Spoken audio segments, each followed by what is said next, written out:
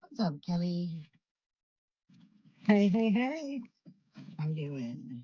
Okay. How are you? Okay. My Did you grass see is my what? grass is really long. Oh, well, you can braid it. That'd probably look cool. Not gonna go braid my yard grass. You could be hip and start a trend, right? Maybe. Did you happen to see that little message I gave you about the ad post? Oh no, was it wrong? It didn't connect to the article for some reason. Oh, that's weird. Yeah. All right, I'll have to go back and fix it. Yeah. You Dang it. know, it's new shit. Yes. Okay. All right, so we got lots of good stuff to talk about tonight.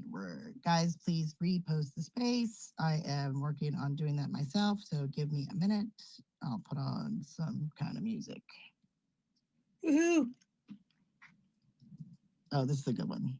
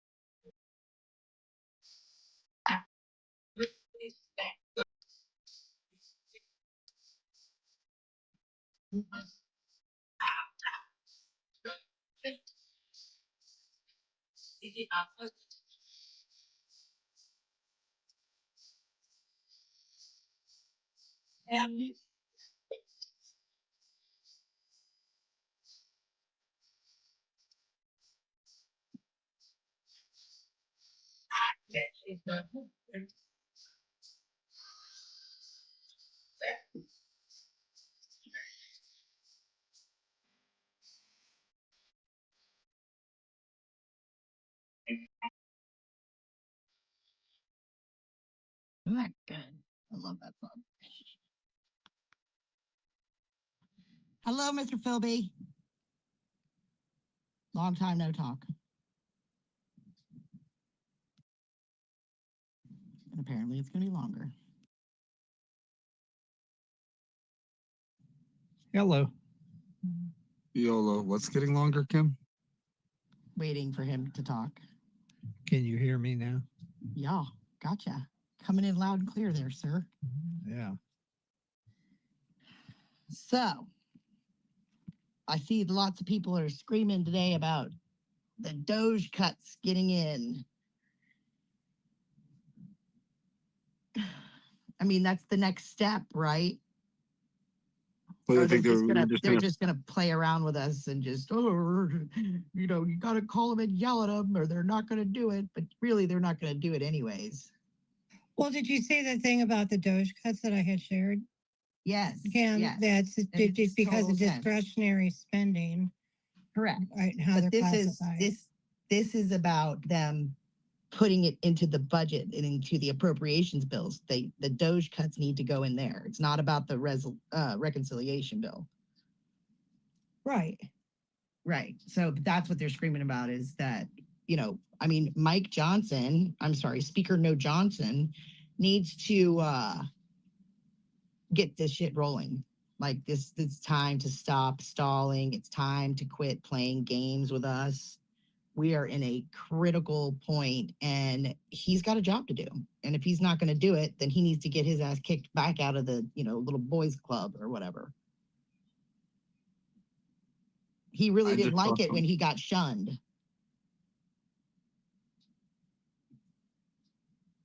I just saw something about Kevin Sorbo was saying pray for Dan Bongino and shared a conservative brief post, but I'm not clicking on the link because I'm not going to deal with the paywall.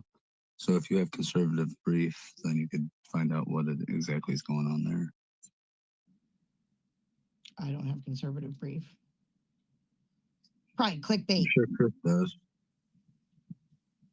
He doesn't subscribe to every single conservative outlet. Lies.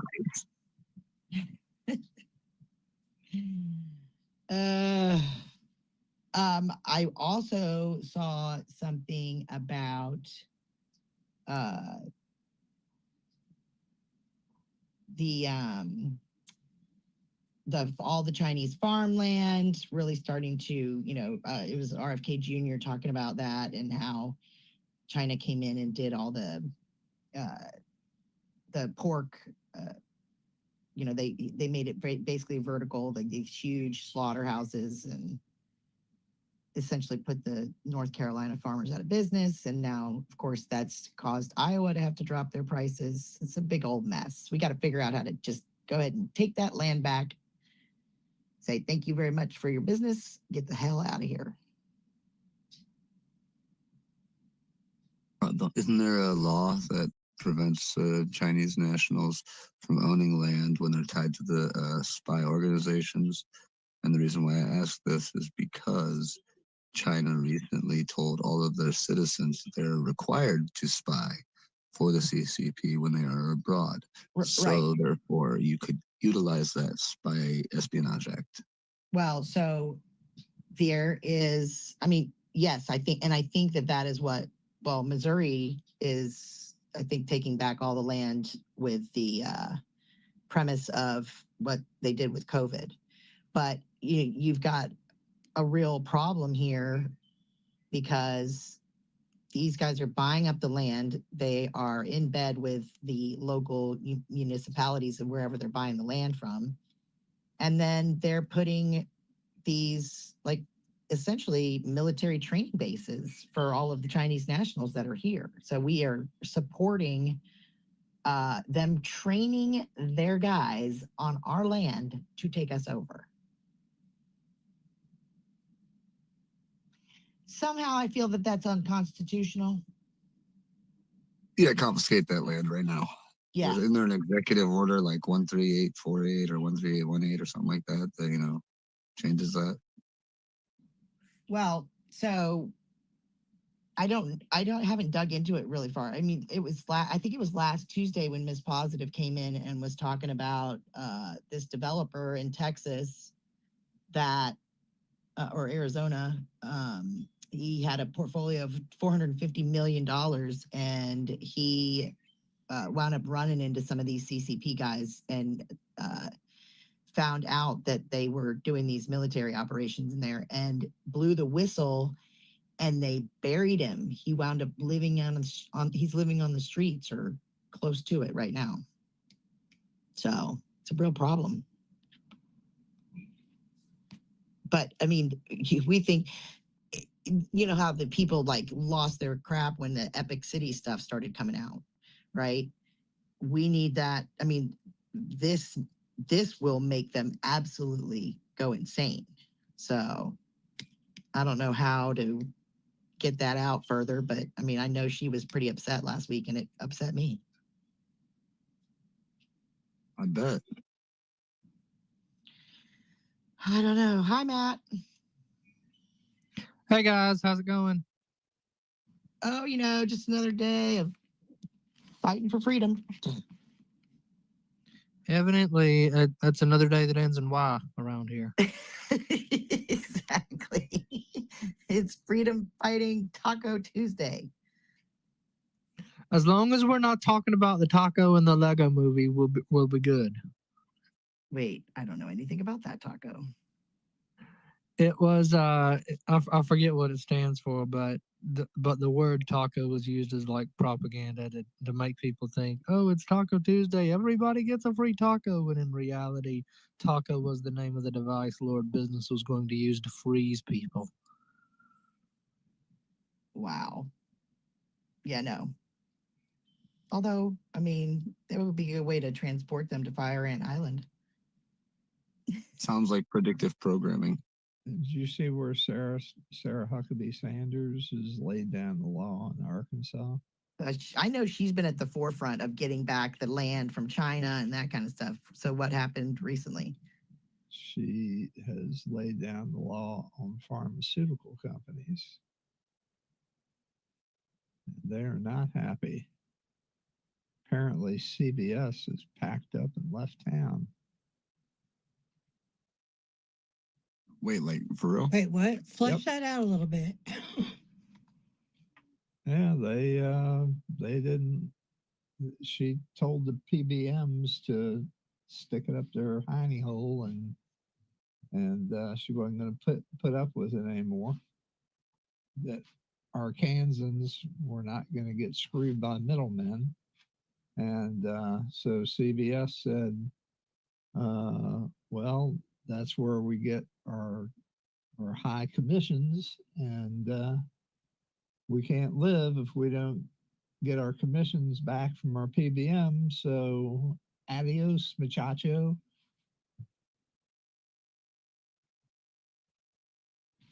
So that means that everybody needs to shop at Walgreens then. Oh, Walmart. I mean, yeah, Walmart's king in Arkansas. But yeah, if you go to any of these apps like GoodRx and what have you, and you look at the highest priced pharmacy, CVS is top of the list every time.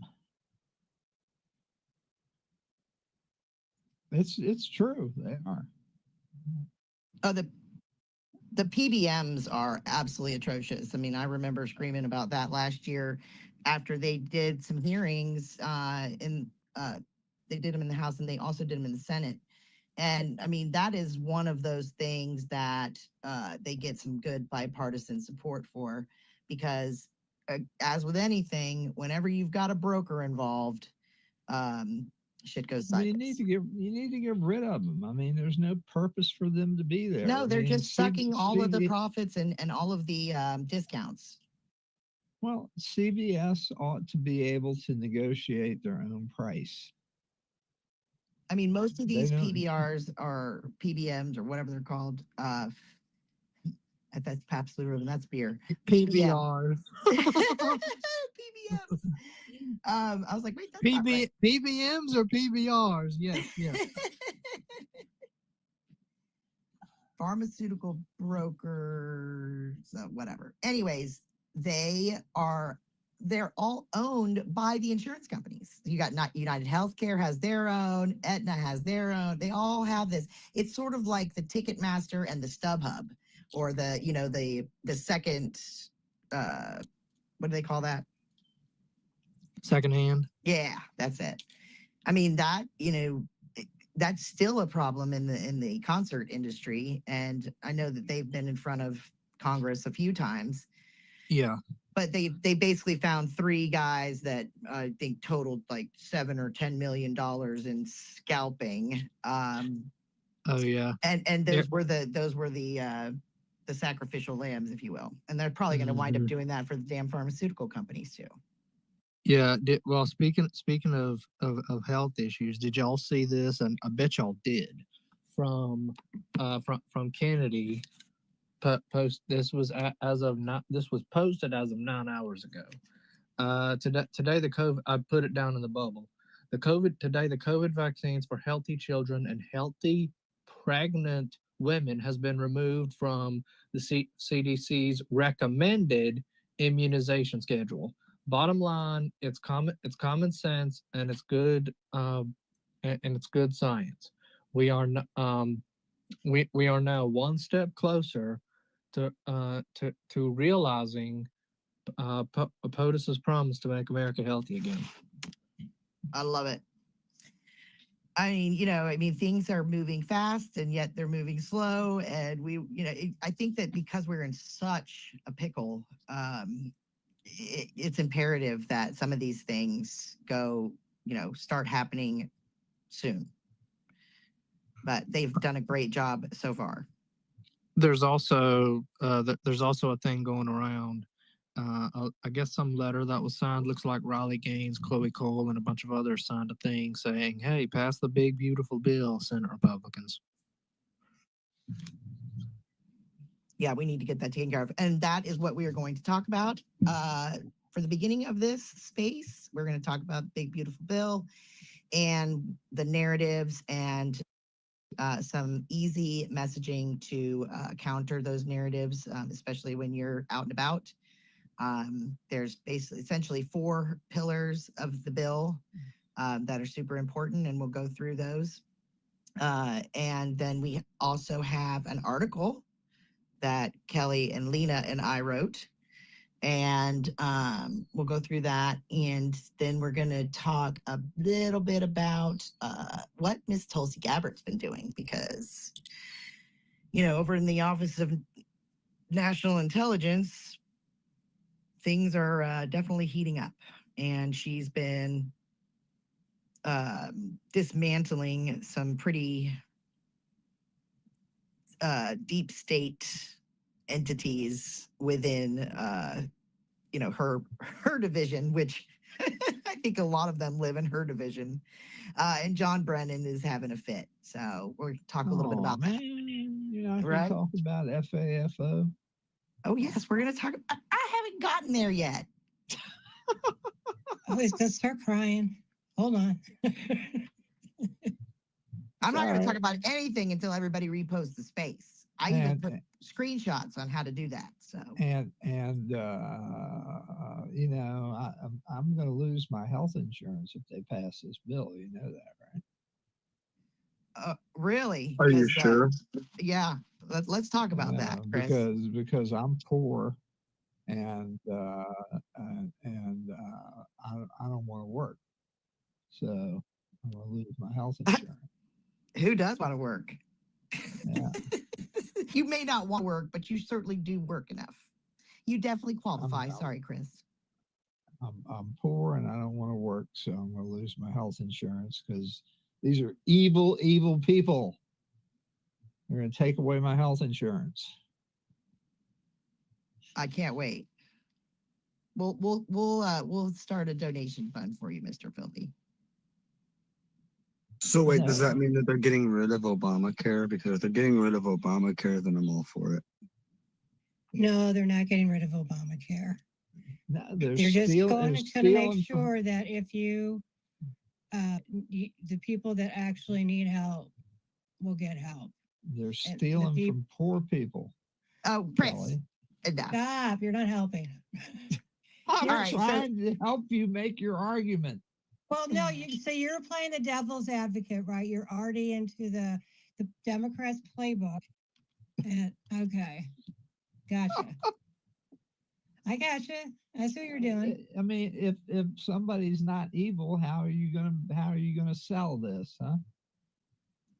Well, we're counterpointing. No, that's okay. We'll get our counterpoints in. Yeah. Oh, well, I will go ahead and I will read the article for you so you can learn just how to combat people like Chris and his, claim that they're going to take away his health insurance as an, strap. All you have to do, And all you have to do, Kim, is attack them directly. Hold on. Pepe is a stay-at-home caretaker, and he's going to lose his health insurance too. Au contraire, mon frere. How dare they take away my health insurance? Well, see, Yeah. if you believe lefty loosies, then yeah, go ahead and think that way. But you're going to have a lot of unneeded anxiety because that is not the case. How are they going to take away the health insurance I can't afford already anyways? Really, though, honestly. I mean, all you got to do is volunteer or work 80 hours a month and you will be covered. But, All right. but You I, said I, a core I, little hold on. word. Work. You can't do that. I already Nasty. work taking care of my disabled mom. Well, then you're covered. There you go. How about that? All right. So the big beautiful bill, it's with the Senate right now, right? So it's already passed the House. The Senate is doing whatever they want to do to it, and so poor thing is probably getting touched by old guys. Chuck Schumer announced no Democrat votes. Of course.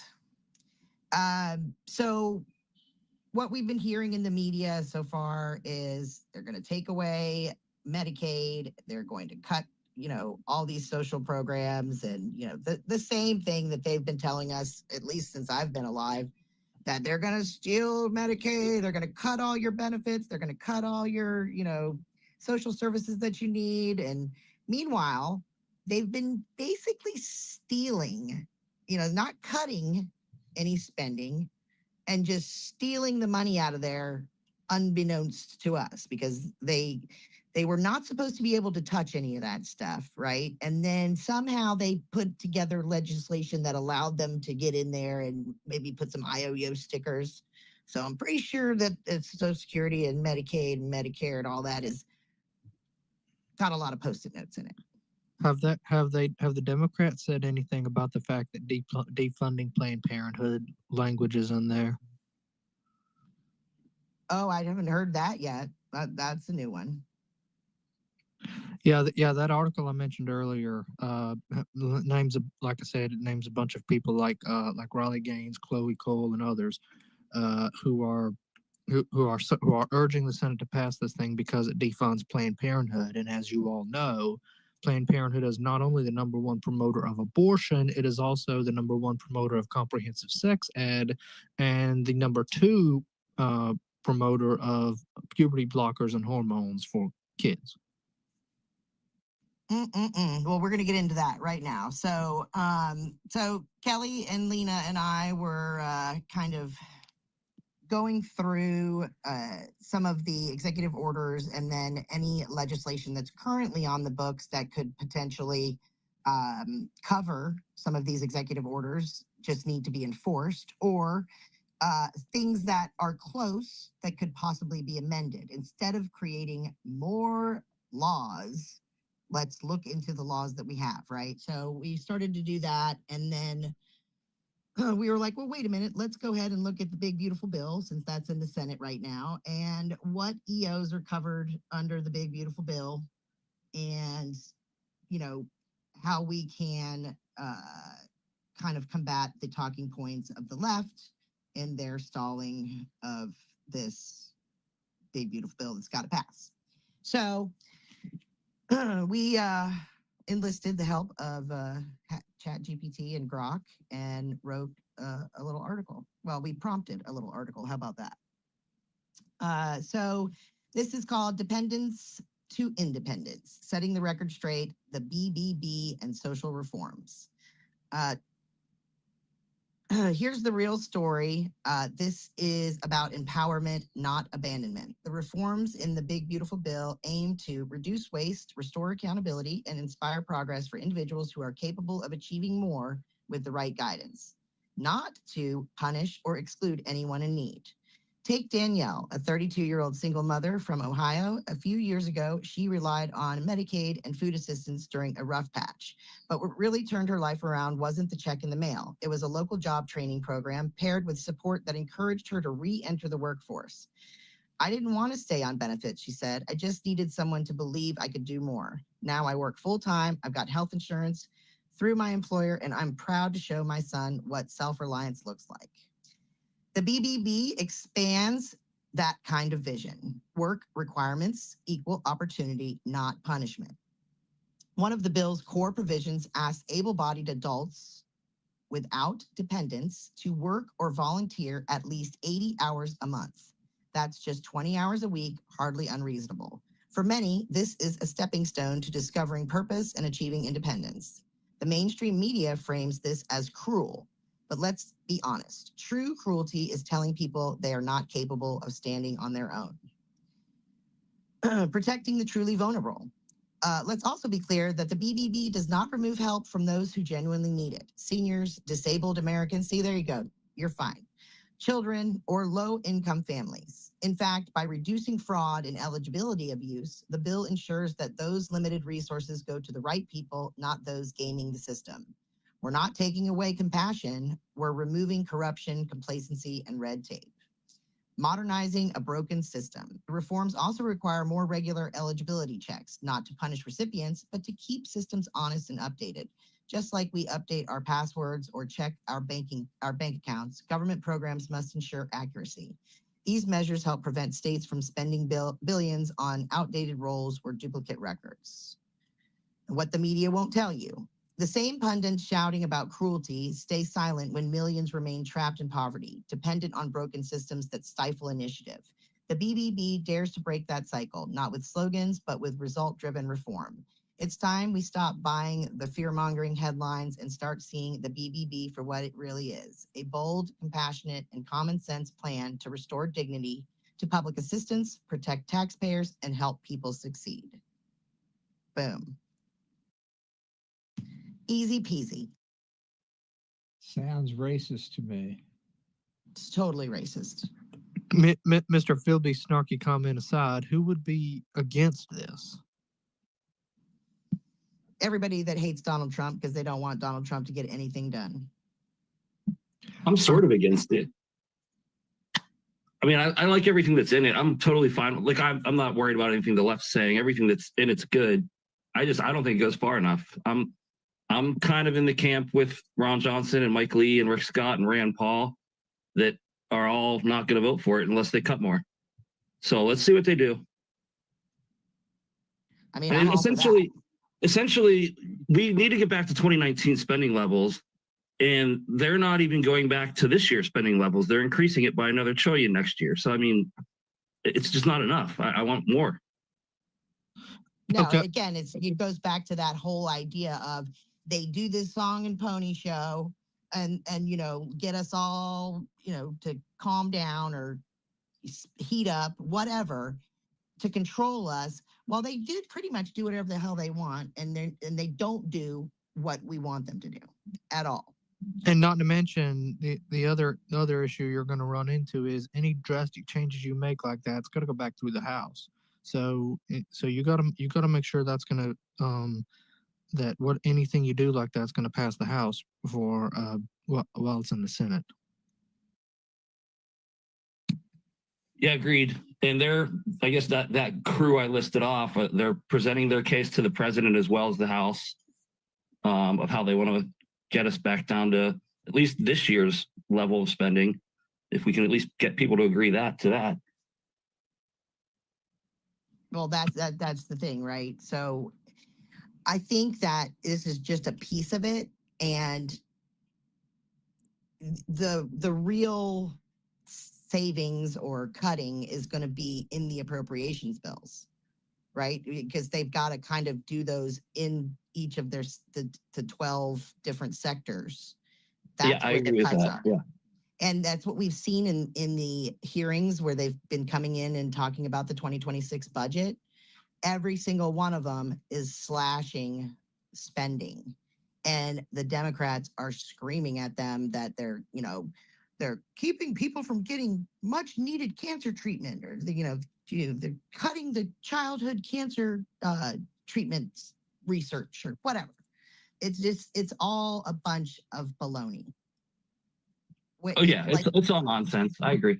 Yeah, as one of the senators, when RFK Jr. was defending his budget so far, first of all, he didn't really turn in anything. But she like my friend, has cancer. She was accepted into this program. And then right when she was getting ready to start, they sent her a message that said that, due to Doge cuts, or due to, the cuts are going on, that they had to stop the program. Well, come to find out, because RFK Jr. was like, give me, contact my office, give me her information. I will make sure that that's not the case because that's not what we're here for. And would come to find out that the woman was terminal and didn't qualify for the study anyways. So, it's little tactics like that that are, I mean, she looked really stupid, but if we don't push back and we don't, investigate some of these things, it's just so maniacal.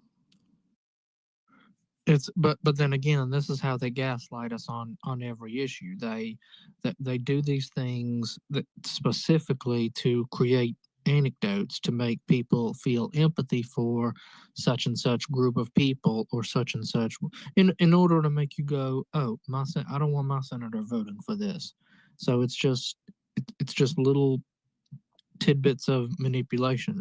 But again, this is all over a bill that most of us would probably vote for. Let's be honest, most of us in here, except for Mick Hawk, would probably vote for it if we were in their position. Kelly, did I put that stuff in a Word document? Is that what I did? I'm looking through my Grok. Yes, you put it in a Word document. I was looking through my Grok to find all the different things that we had done. Which ones? Which thing you talking about? For the big beautiful bill. Yes, but we had a couple docs. We had the article, but then we had our different messaging. Yeah, that's the one I'm looking for. Oh, okay, because I put that on our Google Drive, but yeah, it was created as a PDF too. I will go find it. Okay. Perfect. While she's looking for that, Mr. Philby, did you want to highlight the FAFO Act that you created? Hi, Jen, by the way. Hey, guys. Yeah. Hi, Jen. Hi, John. Hey, Adam. What's up? I just looked at the triple B and I was just like, no, why? I was just like, the triple B. Like, why'd they name it that? I was like, oh God. I wasn't gonna say big beautiful bill like every time. Yeah. We got to take it back at them. That's why. And let's be honest, that's a Trumpian name in the first place. It's like when Trump talks about his big beautiful wall. Next, that's going to be next. It's going to be the BBW. This one is technically the OBBB, one big beautiful bill. Oh, okay, that makes it better. I like the O in front of it because I don't get what your hesitance is with the BBB. Build Back Better and 666. Lowercase b's 666. Yeah, I didn't notice that till now, and I didn't put that together till now. So I was just like, but you said OBBB. Okay, fine. I could ride with that. Yeah, that's my conspiratorial mind at work. or a theorist mind at work, let's say. Well, welcome to the club. As long as we don't start talking about BBCs, we're good. No. I'll have to create one, Kim. I don't think we did. We did the who messaging. I'll find it because I'm at my desk now. So, Wait, are we talking about Jamaican tourism? No, we're talking about the FAFO Act. Yeah, Mr. Philby gets his time to shine now. No, it really is, guys. Like, you got these sick ass white American women who go down to Jamaica to take advantage of the BBC. It's like an actual tourism sector of Jamaica. So you'll see these old ass American ladies down there walking around with these strapping young Jamaicans. And they're there to satisfy their cravings and then they go home. So what are they like? White cougars on the hunt? They're BBC tourists. I was thinking they were OnlyFans models. Not to be confused with the British Broadcasting Network. Or to be confused with the British Broadcasting Network. Who knows?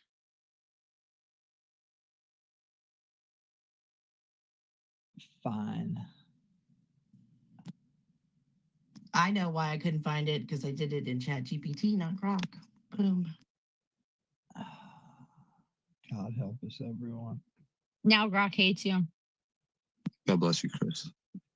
I do have to wonder, is there anything is there anything in the big beautiful bill dealing with oh crap, I forgot what dealing with the wall. Is there anything, speaking of the wall? Yes. I can't see the room, so I'm so sorry. For some odd reason, I can't scroll up and see you guys. But I just wanted to let you know that I've put in the bubble Rick Scott having an interview, and he's voting against it because he says we got to get rid of that $59 trillion over 10 years of the Green New Deal. He says none of the Doge cuts are in there. We have to get, he went on and on and on because we got to balance the budget and we got to put in the cuts from Doge. He was very specific on this. All right, specific. So I'm all for it. If they can come up with a better bill and send it back to the House, that would be great. Then we can move on from there. But I think there's going to be 5 or 6 or 7 Republican senators that aren't going to vote for it. Oh, there's the room. Holy crap, how did that happen? Anyway, thank you for Okay, listening. well, thank you, Susan. Appreciate you. Oh, thank you, honey. I haven't been speaking much, but I appreciate getting a mic. I'll step down now. No worries, you can stay up here. I hear you got a call. Guys, why, like, if Doge, like, said that there was, like, I don't know, cocaine studies going on around quails and, like, sexual interactions with quails on cocaine, okay? Like, that shouldn't be funded again. So, like, if Elon Musk targeted shit that we're paying for, why is the Republicans not in one fell swoop getting rid of the funding? Same thing with USAID. Why aren't they getting rid of the funding for that? Because I'm hearing Like, this is a game, Matt. Because Exactly. like, okay, guys, this is where we demand that we don't, and we need to go through and find the most egregious to, like, use as examples, right? Like sexual reproduction of fruit flies or Still sending money to the transgender Taliban. studies Okay, hang on. in Afghanistan. Hang on. Like, Hang on, because there's 2 different things going on here, and this is where they get us, right? Because they make us waste our energy fighting for these things to be in the big beautiful bill when they can't be, because it's a it's a reconciliation. That means that they can't put the Doge cuts in it. The Doge cuts have to go into the budget, into the appropriations, into their respective. okay, so what the hell is the big beautiful bill then? The big beautiful bill is For the about, wall. it's for Medicaid, it's for some of the social programs. It does The cover some tax of the cuts, the EOs. border. It's the mandatory. Okay, Here, I'll read it to you so- right now. It says the Well, budget. no. Hold on. Did we get rid of all the people over the age of, I don't know, let's go to Yeah. 110 Yes. out of there? Yes. All of them.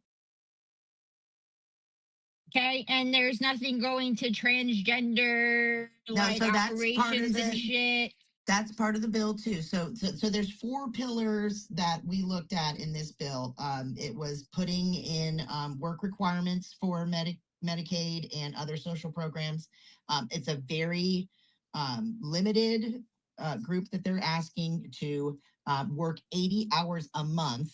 Okay, and it's for able-bodied with no dependents that they either work or volunteer 80 hours a month. The second one is the second one was that they have to increase the eligibility verification. So instead of it just being once a year that you have to check in and, give your status, it's going to be twice a year, every 6 months. Then it's also restricting coverage of undocumented immigrants or illegal aliens.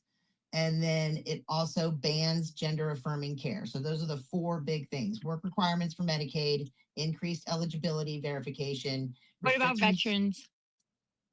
So veterans is covered in, I think, Veterans Affairs. It's not in here. So also- It's also all the tax cuts, the no tax on tips, the no tax on overtime, Yeah. all those. Yeah. Yeah. So this one section that we kind of were looking at, now it doesn't have the tax on Social Security. That's not in there. Which Yeah, I that cannot can't be in the bill either It's for not the allowed, reason yeah. you said before. Right, exactly. So, like there's definitely certain things that can be covered in this bill because it only needs what 51 senators. Where to Do you are want pass me it? to read this, the summary Hold on. overview of it? Yes, Just 1 second. Where are I haven't been paying attention to this news. it's in the Where Senate. are we with the bill? It's in The the Senate. Senate? And who's holding it? Oh, is that why everybody's cursing out Massey?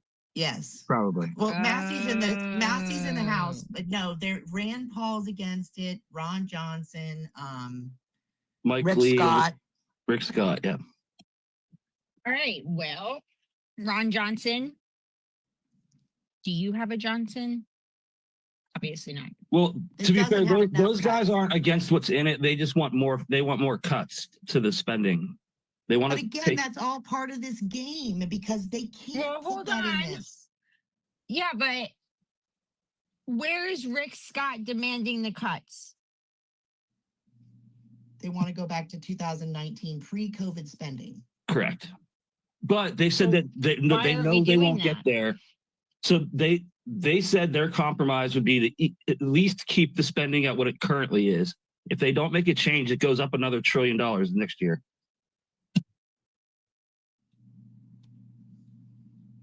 Go ahead, Kelly.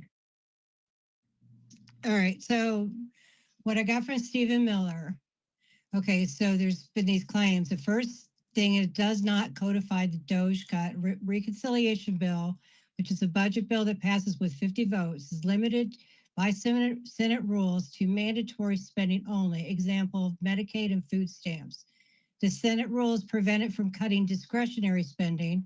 Example, the Department of Education or federal grants. The Doge cuts overwhelmingly are discretionary, not mandatory. The bill saves more than 1.6 trillion in mandatory spending, including the largest ever welfare reform. And the claims about increasing the deficit. This is a lie based on a CBO accounting gimmick. Income tax rates from the 2017 tax cut are set to expire in September. They were always planned to be permanent. CBO says maintaining, quote, current rates adds to the deficit, but by definition, leaving these income tax rates unchanged cannot add. So that's what that summary said. And getting rid of the Green New Deal for $59 trillion over 10 years.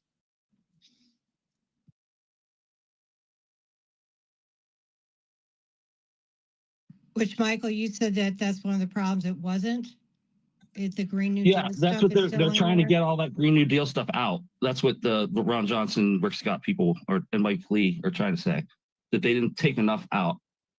And the 1.6 billion that they're saying that it saves is over 10 years. And Right. if this holds up, that's how much it would save, but the overall debt would be up to 60 trillion. Right, but here's the thing, and what Kelly pointed out here is that they are looking at the savings, right, of what we're paying in taxes right now, which is based off of those 2017 tax cuts that Trump put through. That's what we're trying to keep. What it really should be is based off of what our taxes will be if we don't make this, like the tax cuts, permanent, right? That's where it should be, is off of that instead of off of something that could potentially go away if this is not done. Yeah, no, I don't disagree with that, but we do. I mean, we are also we're getting rid of taxes on tips and taxes on overtime. Like that's money that they're not going to get anymore. So we still need to make cuts, and it's that Green New Deal stuff. Nobody wants it anyway. Like no one should really even have a problem with it. Yeah, no. And it costs a shitload of money. Yeah. Everything that Biden did should be undone. We need a link No. to the appropriations bill. I put a link down there to HR1, but if appropriations is where we need to look at as well, we need a link to that. Right. And I don't think they've because got those yet, though. No, yeah, that'd be next after this. then we can talk about the Doge cuts then, Exactly. because then that's where we're going to be talking about the budget for the whole darn thing, not just the big beautiful bill, which as I mentioned earlier, this thing also defunds Planned Parenthood. So if the sanctity of human life's a big issue for you, you definitely want this bill passed, even if it doesn't go far enough with some of the other stuff. It defunds Planned Parenthood. Now I don't have the figures on that, but I'd like to know if it defunds it completely or just whatever, or just like half, Well, whatever. we can ask ChatGPT about it. So I did ask what were the key executive orders that would be codified in this bill. You've got elimination of the federal DEI mandates. So Executive Order 14173, titled Ending Illegal Discrimination and Restoring Merit-Based Opportunity. This order prohibits private organizations from conducting diversity, equity, and inclusion and accessibility employment programs for jobs created by federal contracts.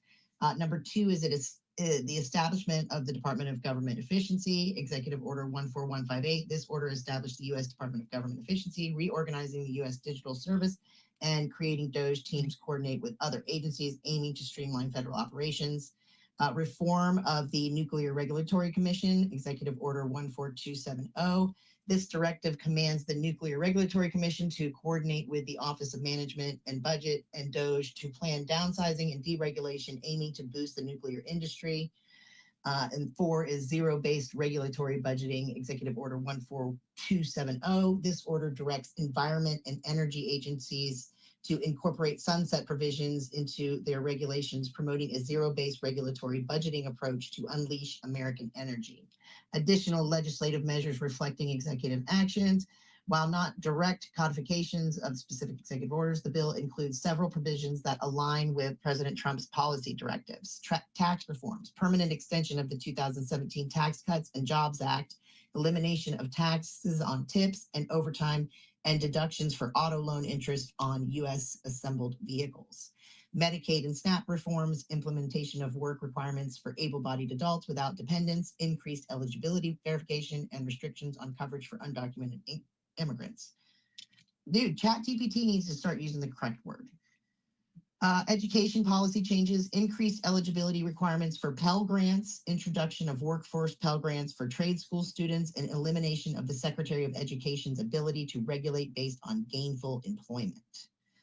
Border security enhancements, allocation of $70 billion for border security measures, including funding for barriers, improvements to customs and border protection facilities, and hiring additional officers. And then defense spending, an additional $150 billion allocated for defense spending focused on uncrewed drones and other advanced military technologies. That's it in a nutshell.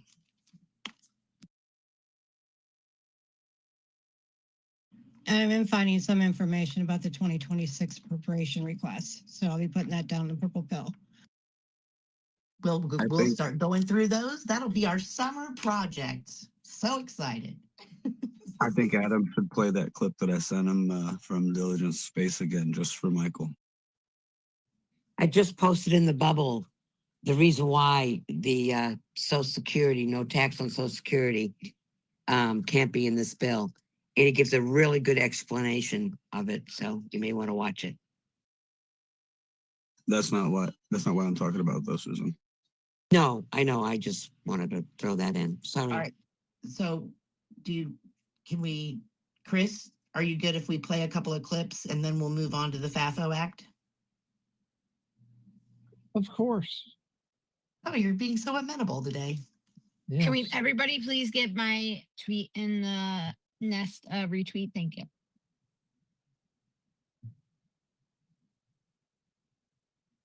I can't believe he's still not out. Well, good news is Julie and Todd Chrisley were just pardoned. So that's Savannah Chrisley's parents that had the book absolutely thrown at them. I think they were facing like 10 and 12 years respectively for tax evasion or something. So President Trump just release their pardon this afternoon, called Savannah, let her know. So they should be home by tonight or tomorrow. So I just wanted to put that out there since everybody's talking about pardons. We need to get Brian home.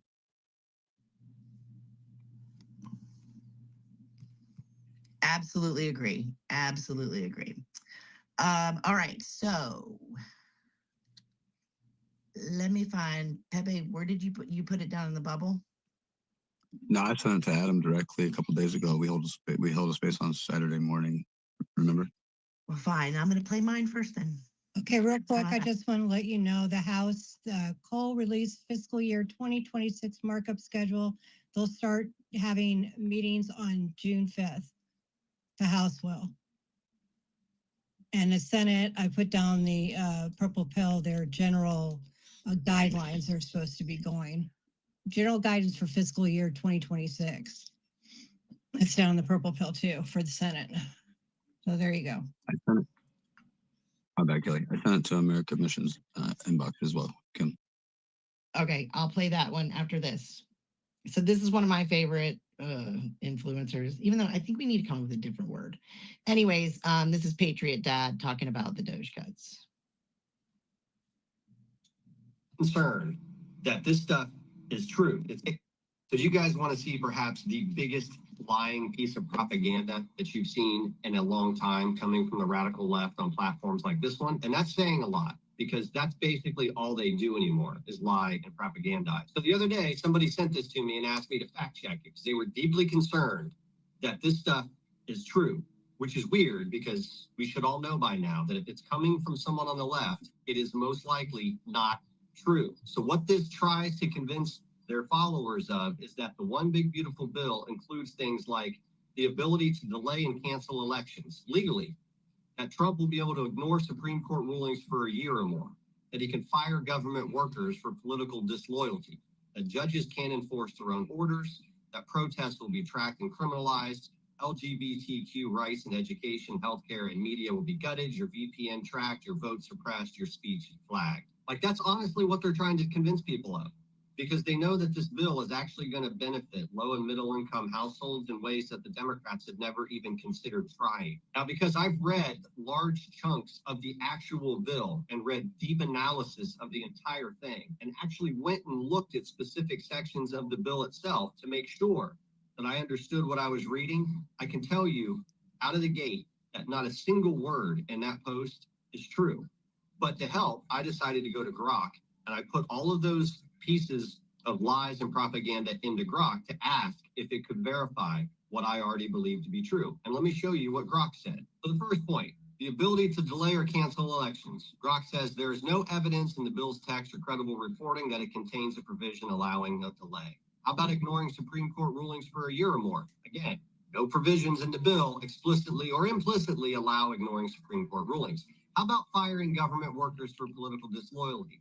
This bill does not include explicit provisions for firing government workers based on political disloyalty. And you know what? It wouldn't need to be in a bill because it's already in Article 2 of the Constitution, which vests all power of the executive branch in the president, which means legally, according to the Constitution, he can already do that if he wanted to. Now, I know there's people that challenge that, and they think he has to use this concept of Schedule F, blah, blah, blah.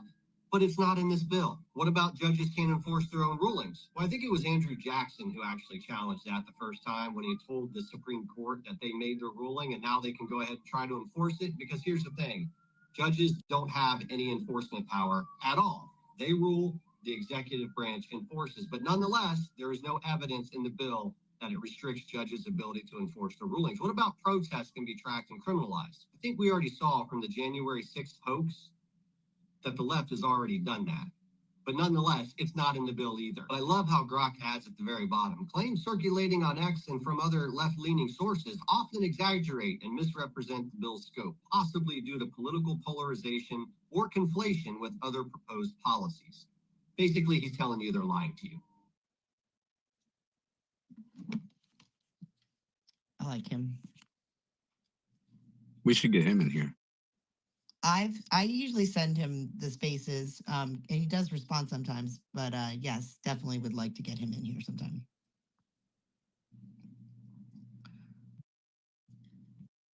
I'm going to go find your clip. Is it relevant to this? It's very relevant to the conversation.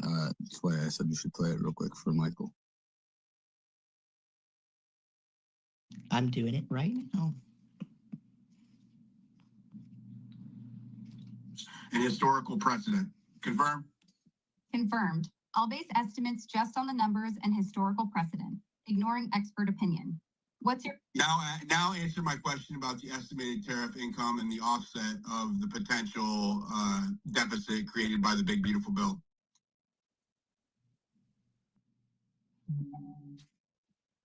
using just the numbers and historical precedent with $4.2 trillion in annual U.S. imports and a 10% tariff, that's $420 billion in yearly tariff revenue. Over 10 years, that's $4.2 trillion, which could offset much of the One Big Beautiful Bill's projected $3.8 trillion deficit increase, leaving a small gap or even a surplus, depending on other factors. Yeah, baby! Diligent, you forgot about Doge cuts. What if we implement that as well? Grok, factoring Doge cuts.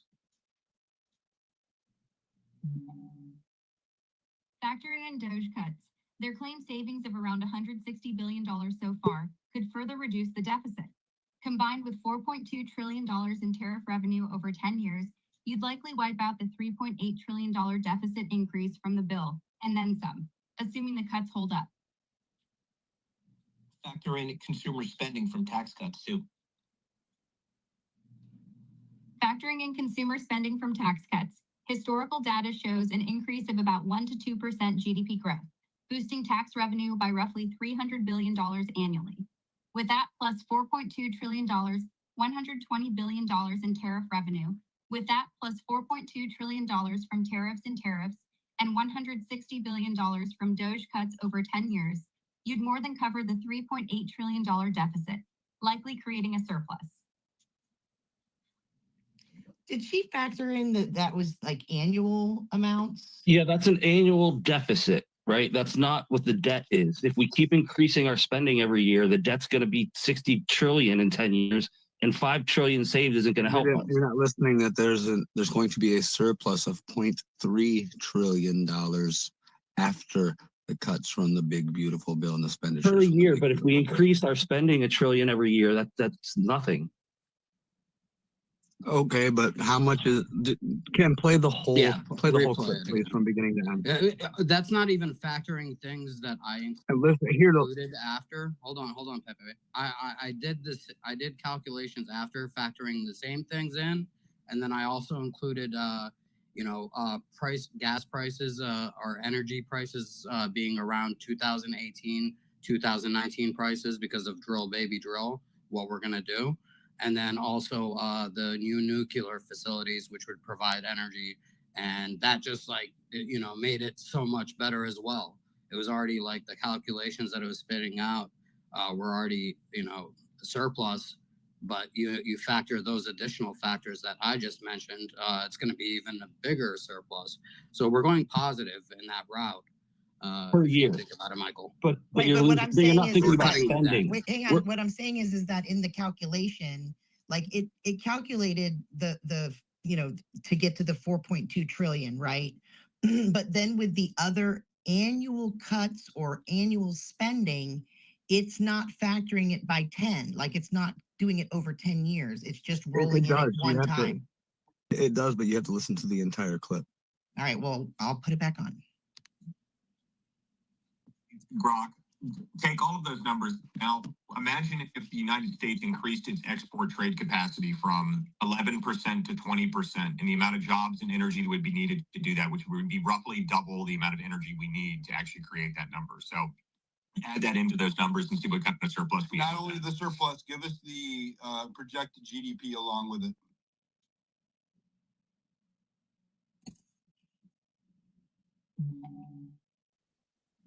All right, let's break this down. If the U.S. increases export trade capacity from 11% to 20%, that's a significant boost, roughly doubling export activity based on historical trends. Using recent data, U.S. exports are around $3 trillion annually, so bumping from 11% to 20% means adding about $2.7 trillion in new export value over time. But for simplicity, Let's say it adds $1.5 trillion yearly in the first few years. Jobs. Doubling export capacity would likely create around 5 million new jobs, based on past export growth to employment ratios. Each $300 billion in exports adds about 1 million jobs. Energy needs would double too. So if current export-related energy use is, say, 10 quadrillion BTUs annually, you'd need another 10 quadrillion BTUs, totaling 20 quadrillion BTUs. Now, adding this to your earlier numbers, you had $4.2 trillion from tariffs, $160 billion from DOGE cuts, and $300 billion yearly from tax cut-driven consumer spending over 10 years. The new export boost of $1.5 trillion annually would add $15 trillion over 10 years to revenue, and the job growth would increase tax receipts by another $200 billion yearly, $2 trillion only over 10 years from income taxes. GDP projection. Current US GDP is about $28 trillion. The export increase alone could boost GDP by 5 to 7%, or $1.4 to $2 trillion annually. So let's call it $1.7 trillion yearly new GDP. Over 10 years, that's $17 trillion more GDP, plus the $3 trillion from earlier boosts, tariffs, cuts, spending, totaling around $20 trillion GDP growth over the decade. Surplus. Start with your $3.8 trillion deficit from the bill. Tariffs, $4.2 trillion, DOGE cuts, $1.6 trillion, tax cut spending, $3 trillion, and new export revenue, $15 trillion, over 10 years, sum to $23.8 trillion in new revenue.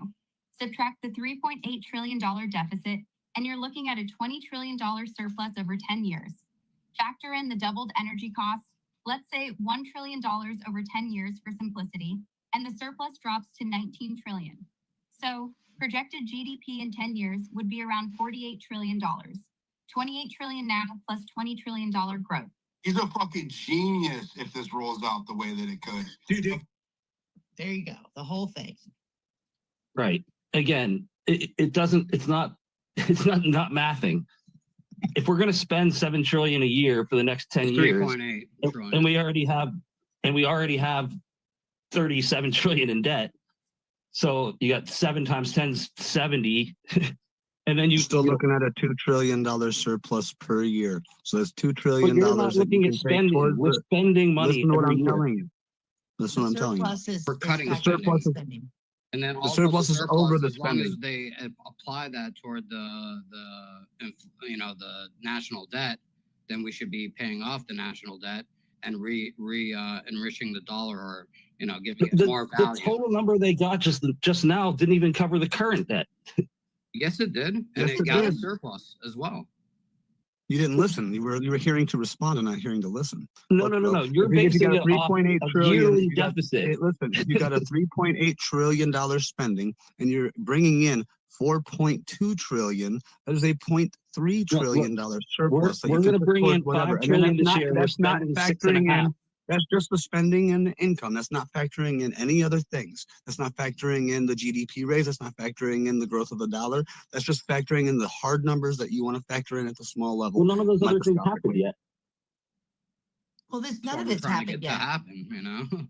That's why we got to put pressure on these congressmen That's- to it's push not gonna happen if you the DOGE cuts and everything else. Well, It's not going to happen if you don't pass this bill. It's not going to happen if you don't pass this bill. Point blank, period. Well, it's going to be a lot worse if we pass this bill and we don't cut more, because this takes us to 60 trillion in 10 years in debt, and then you have to pay the without the DOGE cuts, interest yeah, it on top does. of that. If you don't If we apply can't the pay DOGE the cuts interest to on our waste own debt, we're in a death spiral. the cocaine pigeons and all that, we got to cut that, and that's got to be But included. that's why not we in need to this put the bill, pressure. though. Like, Right, guys, that's I not want to this bill. stay, guys, I want to stay on this bill because there is a lot of other factors going into it. I get that was an exercise to see like what we could potentially be in, and I understand that. But we're not there yet, right? Let me finish with this, Kim, real quick. Within 2 to 3 years, if we apply everything that Trump wants to apply, we could start seeing a return on all this stuff and a cut on inflation, a lowering of inflation and getting back to a real dollar value. That's within 2 to 3 years if we apply everything, and that's why, that including this bill, if we could cut some more fat out of it, I'm for it. You know what I mean? I'm not. I hate big bills personally. I've always been Me against too. them, but I But see again, this like this doesn't is a have the lot of cut. it. A lot of this bill is going toward funding of the border and border security and so on and so forth. So I think we've all been on that page as well. But I'm for if we could cut everything some that's more in fat, there. Yeah. I'm with it. Well, and we have to remember, Michael, that this bill doesn't have all the cuts in it because the cuts have to come from the different appropriations bills. That's where we got to stay vigilant. Well, the on Doge this. cuts do. The Doge cuts. All of the cuts, bro. All Like of them. all of the cuts that you're talking about cannot go into this bill. They have to go somewhere else. That's what we're trying to Yeah, explain that's to why you. you have to have a separate No. bill. I believe that they're going to be pushing. No. We're making major cuts to bill. like Medicaid and all kinds of things in here. No, we're not making major cuts to Medicaid. What we're doing is we are making it so that you have to, that there's work requirements, that there's more verification, right? And that there's no illegal aliens having Medicaid. And then also that there is no transgender affirming care crap in there. So that's Okay, what you that can is. word it that way. But yes, that's what I mean. We're reducing those things. We're not. That's not a cut though, We're bro. not That's just reducing. putting in. We're just That's changing. putting We're in. reforming it. Yeah. You're putting in rules. Right? Well, yeah, you're putting in rules where you're paying that out to those things now. Like we're funding transgender surgeries. Right. Now we're So going to say that's we're not gonna going to be fund cut. that anymore. That's a cut. Right. Right. That's not really a cut though, bro. Okay, but this way the budget process works. So when all this money was put into place that we were spending, it was passed through the budget process. That's when they can add things and cut things in general.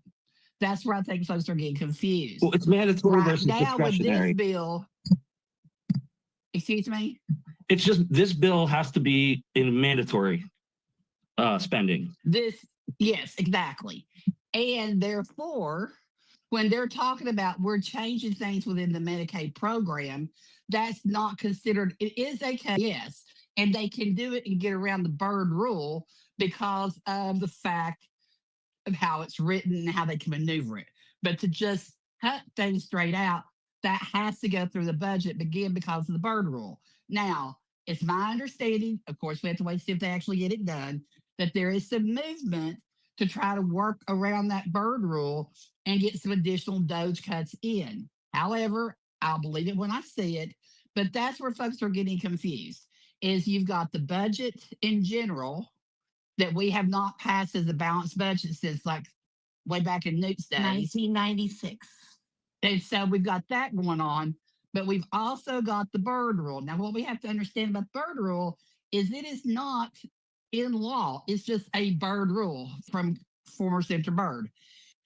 They honor that to avoid filibusters and all that. So there are still some steps. If we keep telling them that we want this to happen, that it can happen. What we have to look at is we have to look at the unique dynamics of the House and Mike Johnson only be able to do so much with what he's got over there.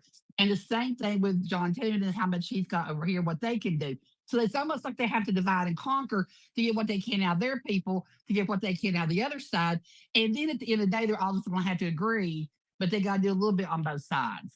And so I think if we keep putting the pressure on them, again, I'm not living in Disneyland, but it's just how the process works. But we've got to stay on top of them and let them know that this is important to us. But we've got to make sure we keep it straight between what we're doing now and what they can do in a budget and the Byrd rule. I think those are things that are very important. And so I'm sorry I jumped in there. That's okay. Thank you so much. I help. appreciate you. I appreciate you jumping in there. But that is, what we started with was talking about, debunking the narratives, the tales that they're spinning, oh, it's cuts to Medicaid. They're going to cut all your health insurance, they're going to cut poor people's access to medical and all the social programs that go along with it. I mean, that's what they're out there screaming about. So it's not cuts to Medicaid. It is, they're asking for work requirements that are reasonable. I mean, 80 hours a month, okay? Volunteer or work, right? And it's only for able-bodied people with no dependents. Anybody who's like a single mother or, you've got, foster children, whatever, you're disabled, All of that does not get taken away. But what they do want to do is have every 6-month verification so that It's racist because you can't Chris, find don't your even You start. can't find your ID twice a year. You can't find know the that. DMV if you're black. Remember, Joe Biden told You can't you can't find your ID twice a year. You can't find your ID once every 4 years to vote. How are you going to find your ID twice a year to go sign back up for benefits? Well, and then also people like Pepe, illegal aliens aren't going to get their health insurance anymore. So there's that. And then the last one is that it does ban all spending to gender affirming care acts like surgery, puberty blockers. I don't know, probably they're going to the shrink. All of that's got to be cut. We're not doing that anymore. So I did want to still get to keep their golden butt plugs. Yes, of course. So what we'd like everybody to do, we really would, to combat this playbook from the Dems, is to take that article, that X article, quote post it, pull one of the points in that article to combat it, and just create your quote post on it. That would be very, very helpful. Or when you see somebody shit posting, right? If you see somebody that's like out there talking about, oh, they're going to cut all this stuff and, people are going to be sick and die from this bill, feel free to, again, reply, add the article into it, or, one of the talking points. Well, just send it to Chuck Schumer and say racist. All right, Mr. FAFO Act, I would love to hear more about this bill that you have created.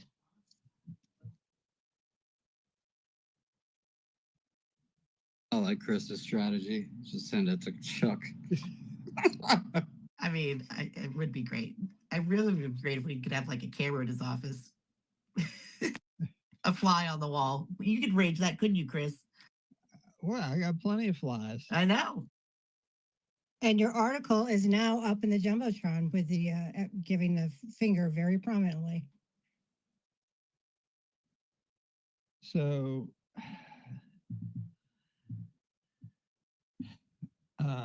Grok and I had a very long conversation because I was really pissed off about the fact that President Donald J. Trump had issued an executive order to protect free speech, and that the good people of the House of Representatives and the United States Senate had done nothing to try to codify that other than hold a bunch of hearings that amounted to nothing. So we had several hours of back and forth about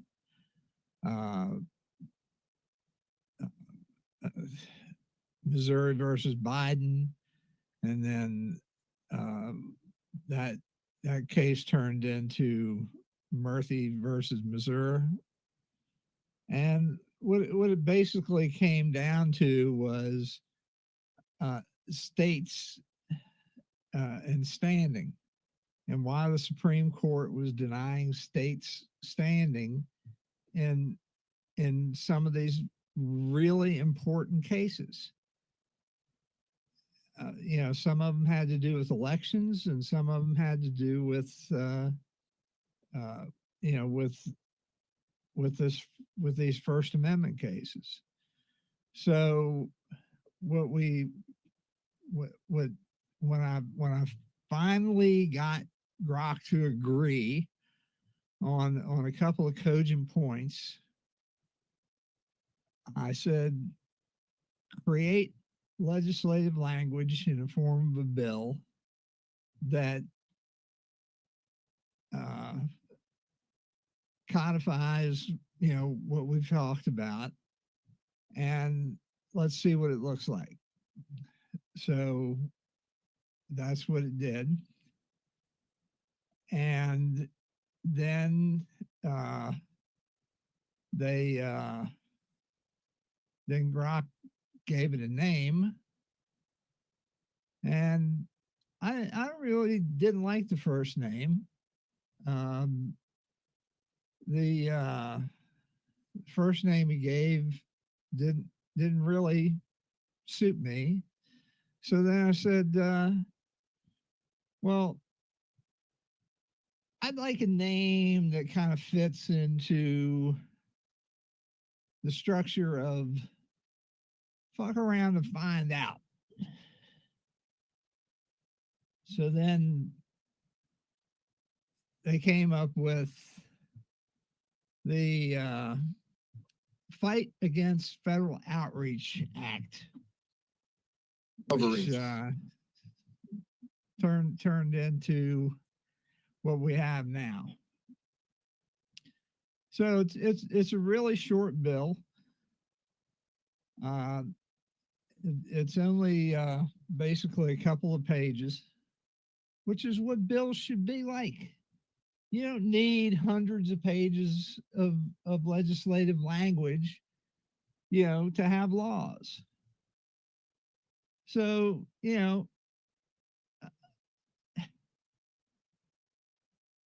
Congress finds the following.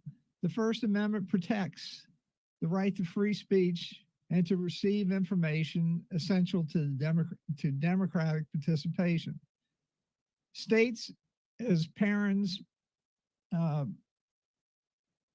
Patari, represent their citizens' quasi-sovereign interest, including access to free speech and the economic welfare derived from tax services. Federal actions suppressing speech on platforms accessed via tax services harm citizens, constitutional rights, and economic interests.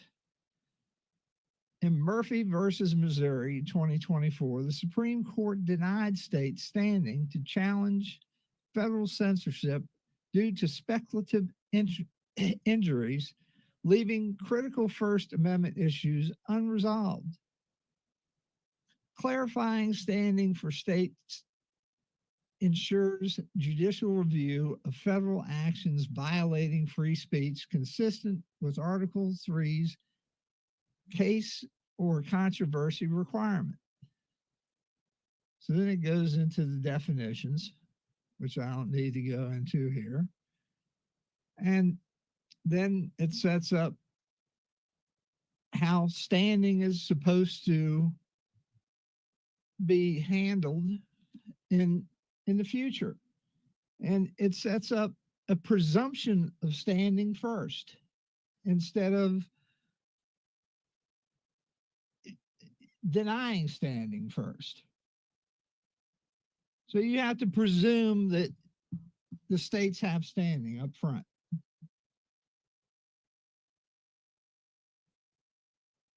And then you can take it apart after that. But you have to presume that the states have standing.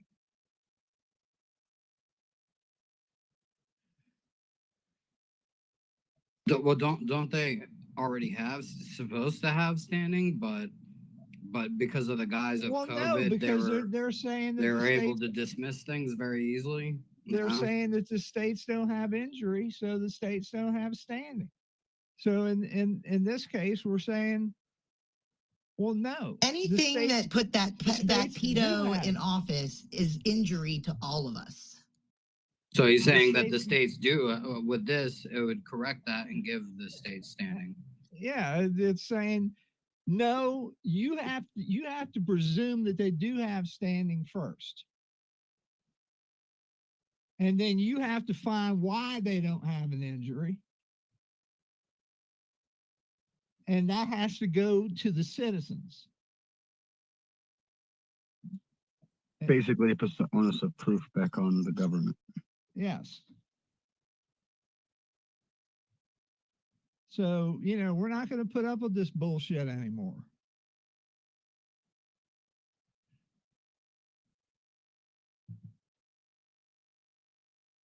We're not gonna take it anymore.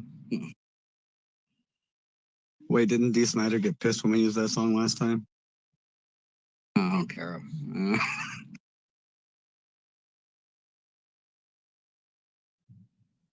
So you should contact your legislatures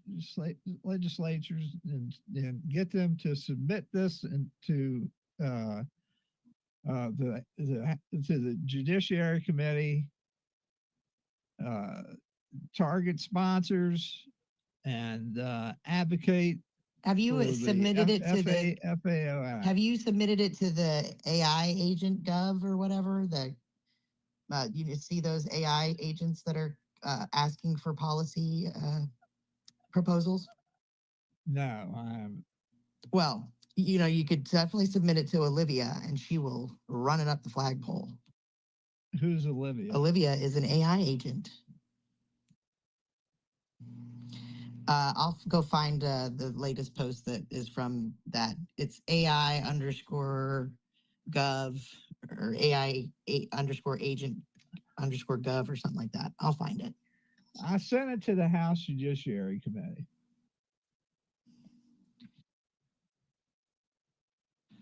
And did you put it on policies for the people?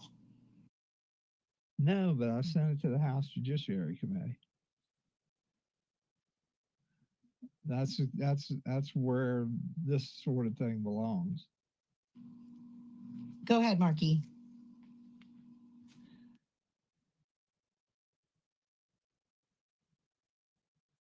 Marquis going once. Marquis going twice. I'm here. I couldn't find my mic. Sorry. Now I forgot what I was going to say. We started. I do that all the time. Okay, so when we started on this part, what were we talking about? Because I thought of something. The states having what was it you were saying? That's Standing. one of them. That's one thing. Yeah, there we go.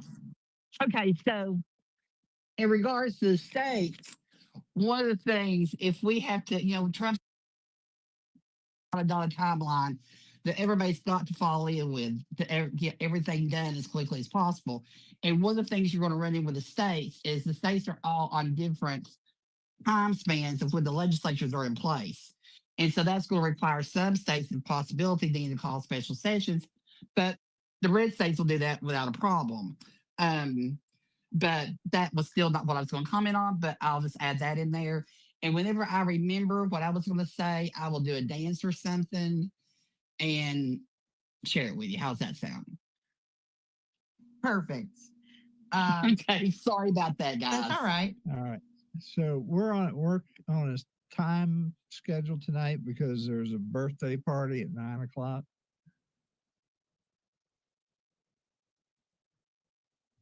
That is correct. Better be there, Adam. Trash discourse is turning whatever 44. Boy, I am ready for the maze to be over because maybe birthdays, there's a lot of them. Whatever coon age he is. God, I hope you say that to him tonight at the roast.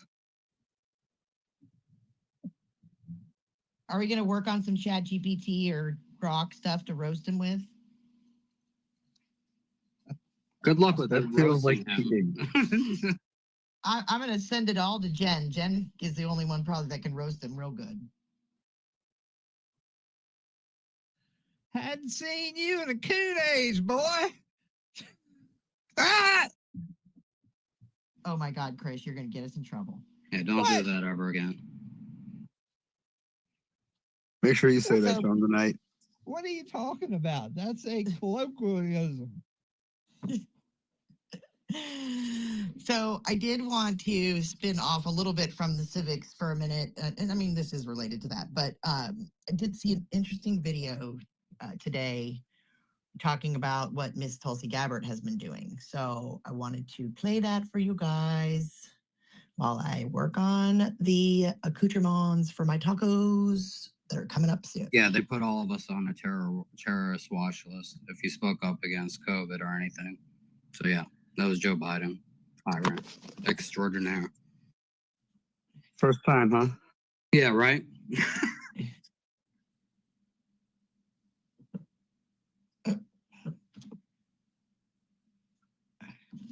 All right, here we go. Thanks to Tulsi Gabbard, our Director of National Intelligence.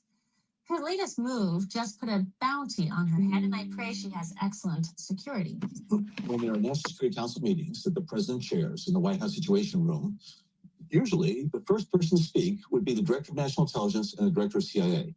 They lay down the intelligence basis for any type of policy discussion that ensues.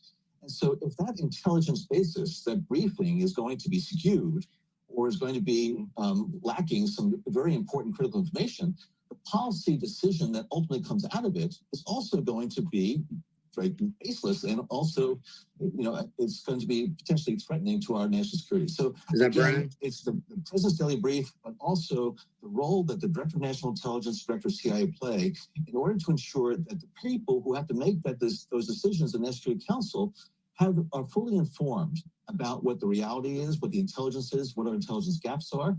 And if they withhold things or if they skew things, it really is going to be detrimental. Real quick before we let you go, Director, do those agency heads have, in that moment you're describing in that room, have that realization that, wait a minute, that's not what we told you? I mean, in other words, how does that coordination become undone when the person who's putting the final brief is skewed the information?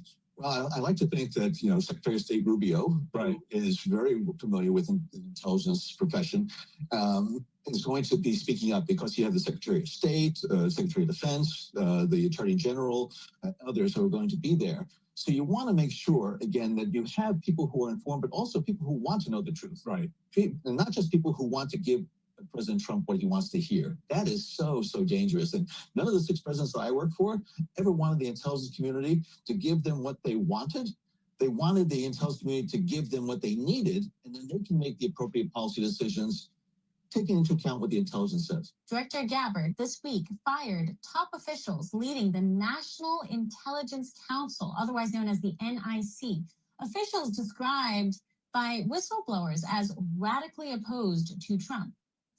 And to understand just how over the target Gabbard is right now with this move, look no further than the seething rage with which Obama CIA Director John Brennan foams on MSNBC over her latest move.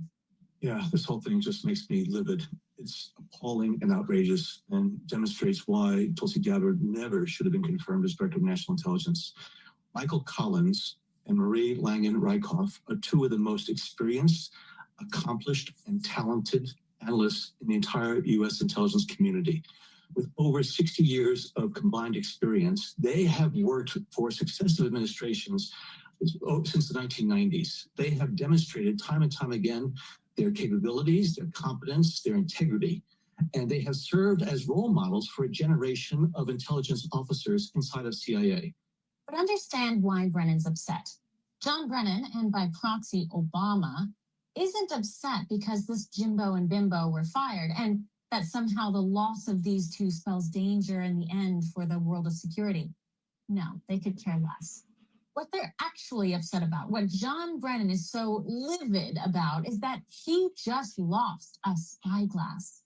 He lost a foothold over a key part of the U.S. intelligence community. What he's really upset about is that DNI Gabbard moved the National Intelligence Council, the NIC, physically into the Office of National Intelligence in McLean, Virginia, where she is based. Now, the NIC is technically already a part of ODNI and it answers to Gabbard already, but Gabbard's move to physically relocate the council and fire the leaders involved so that it is literally all in her sights, this is what is ruffling feathers. So what's the National Intelligence Council, you ask? Well, good question. Hardly anyone's really heard of this. The NIC is actually a key component of the intelligence community. The NIC was established in 1979 to serve as a bridge between the intelligence community and policymakers. Quote, the NIC's primary goal is to provide policymakers with unvarnished, unbiased analysis free from alignment with current U.S. policy. So for John Brennan, the high priest of politicization of the intelligence community, to sputter his outrage about how Gabbard has now seized control over this office and has her sights set on depoliticizing it, that should tell you a lot. Keep in mind, he's also really angry because Trump stripped him and his colleagues of his security clearance. So he doesn't have a lot to hold on to these days. This was one of those last offices. Other deep state critics include former NIC chairman Christopher Combe, who's argued that these firings send a message of intimidation, potentially compromising the NIC's independence. Well, let's look into that, right? So why did Gabbard fire these two precious NIC patriots? Well, she fired them after the NIC produced an intelligence assessment that said, get this, the Venezuelan government is, quote, most likely not directing the activities of the gang known as Tren de Agua or facilitating its operations in the United States. That is hilarious. This was Obama's attempt to undermine Trump from within.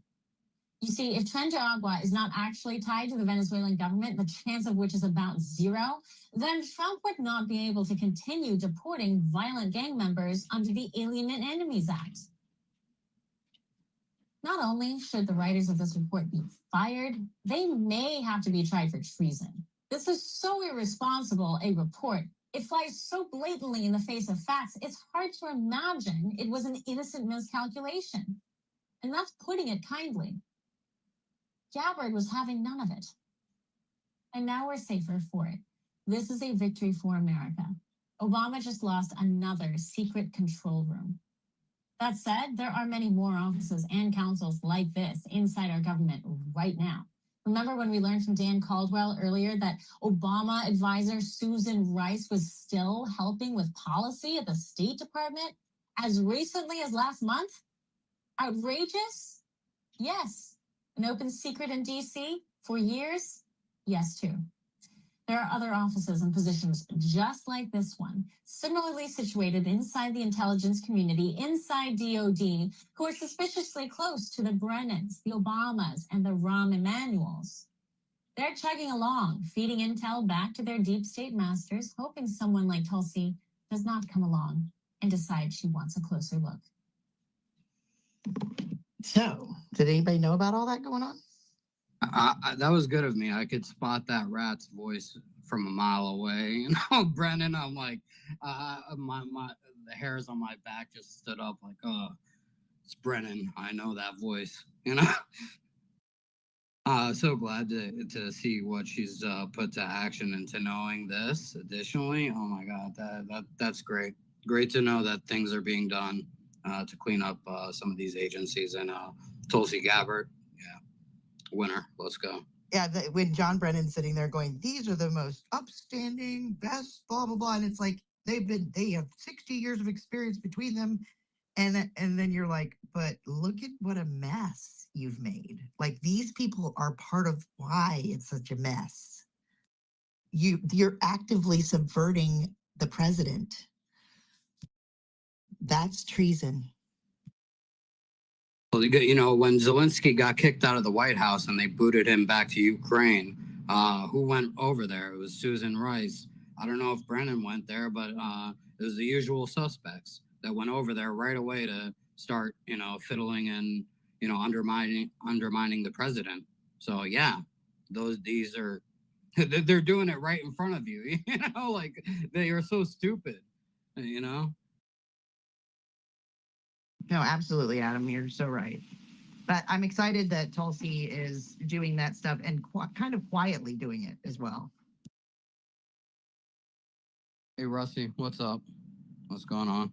Yeah, I was just going to say the bad part is the two Democrats in Trump's administration are really the only ones doing anything notably, if you ask me. I don't know. I mean, it's sad when you look at our Congress, you know, and you've got Tulsi and RFK, you know, pounding stuff out to meet objectives.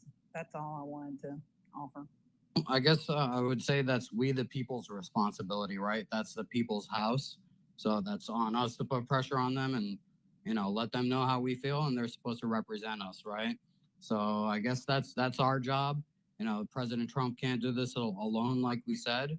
And that's the American people's job to put pressure on their house, of course. Well, we've got to have clean, free and fair elections too, and we don't have those. I mean, I'm just telling you, you know, everybody likes to think, oh, well, well, the elections aren't stolen. Look, Trump won. I got news for you. They stole down ballot a lot this last term, and we've got another midterm coming up. So I don't know how we do it, but it's going to have to be too big to rig for down ballot. And honestly, that's a big ask, you know?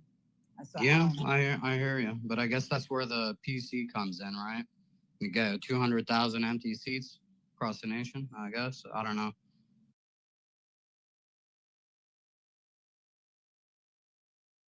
That's my only answer to that.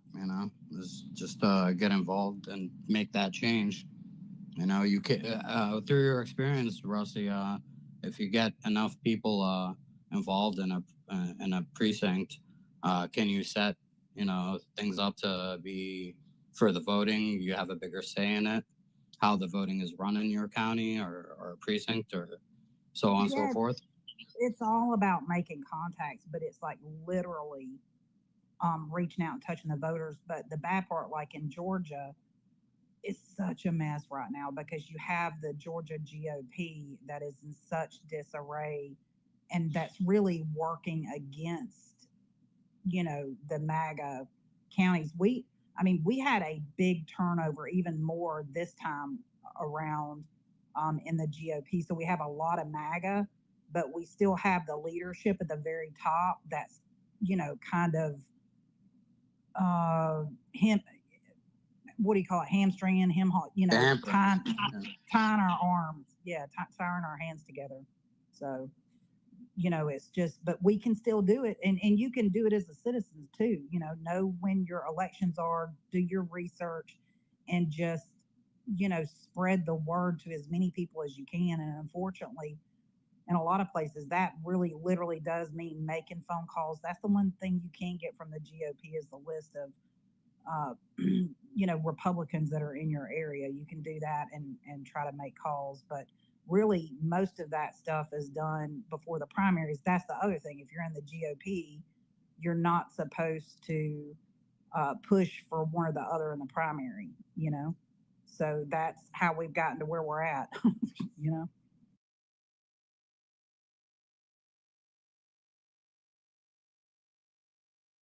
Thanks, Rusty. I appreciate that insight.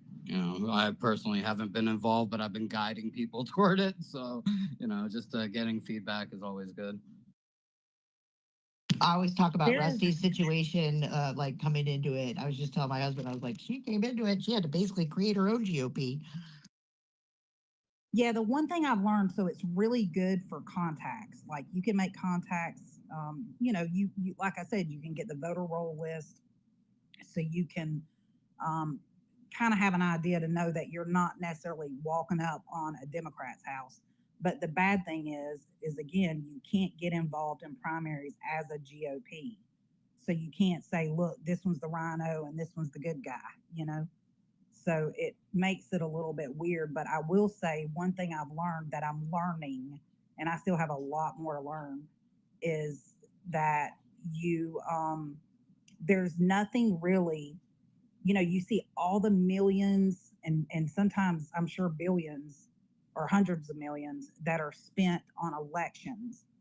And it's free to vote, people. I mean, you know what I'm saying? It doesn't take a rocket science to figure that out. You don't have to be in a GOP to do stuff, but you have to be active. You have to somehow pull together and have a group. And I still go back to saying, like, with our GOP, what we're doing is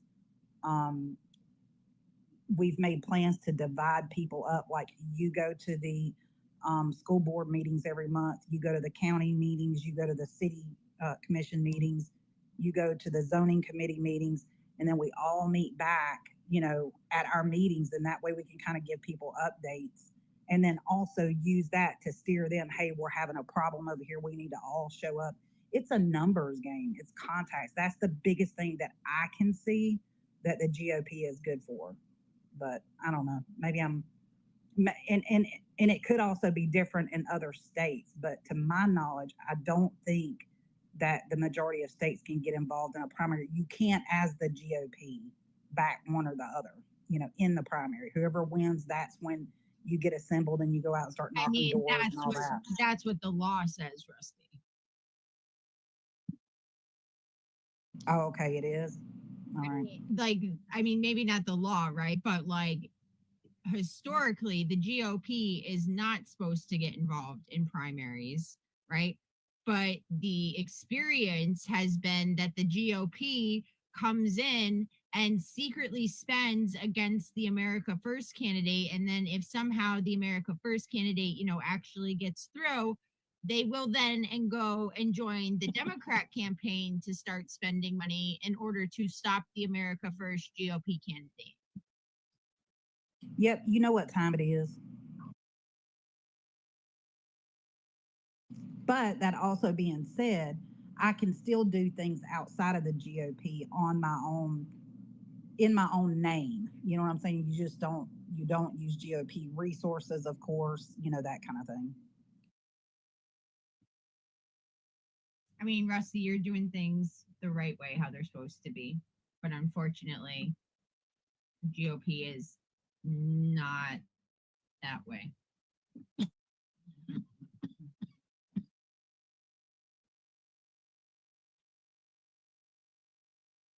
You're in Georgia, right, Rusty?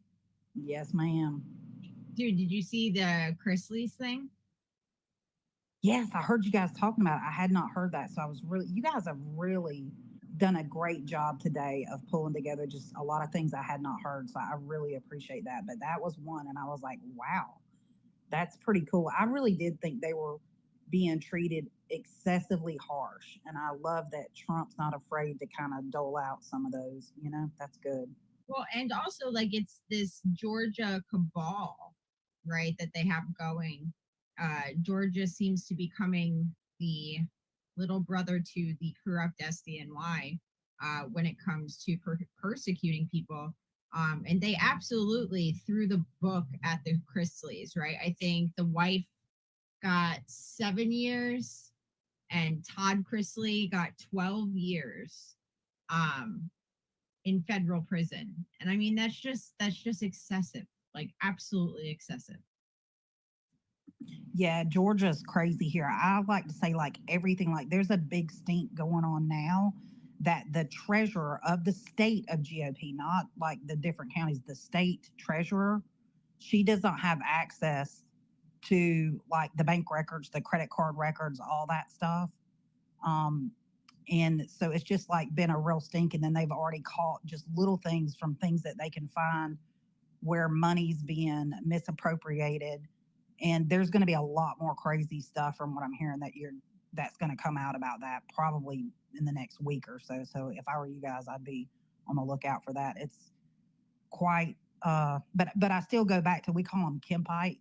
Like everybody, like Brian Kemp controls this freaking state, controls it.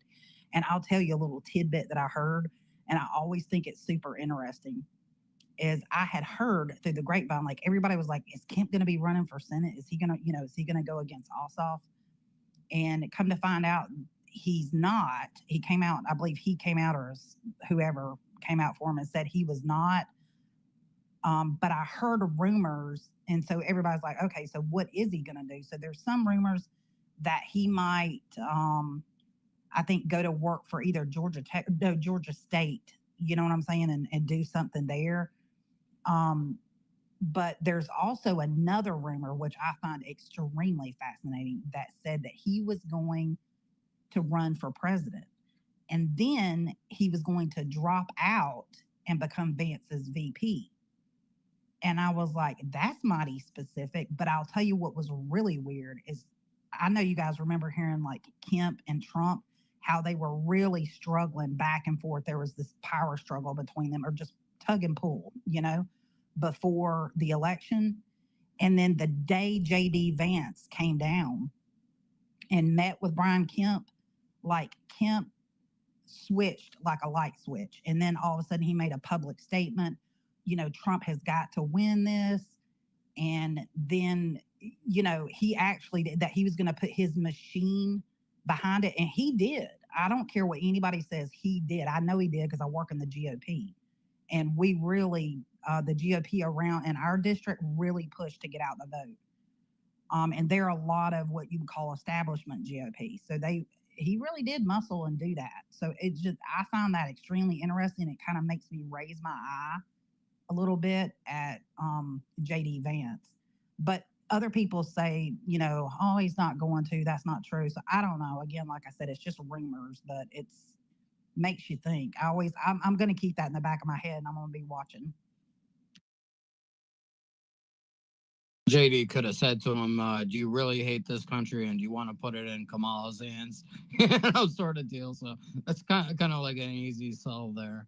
If you do have any a semblance of being American, or resemblance, Nah, he said, I got pictures of you and Fannie Willis.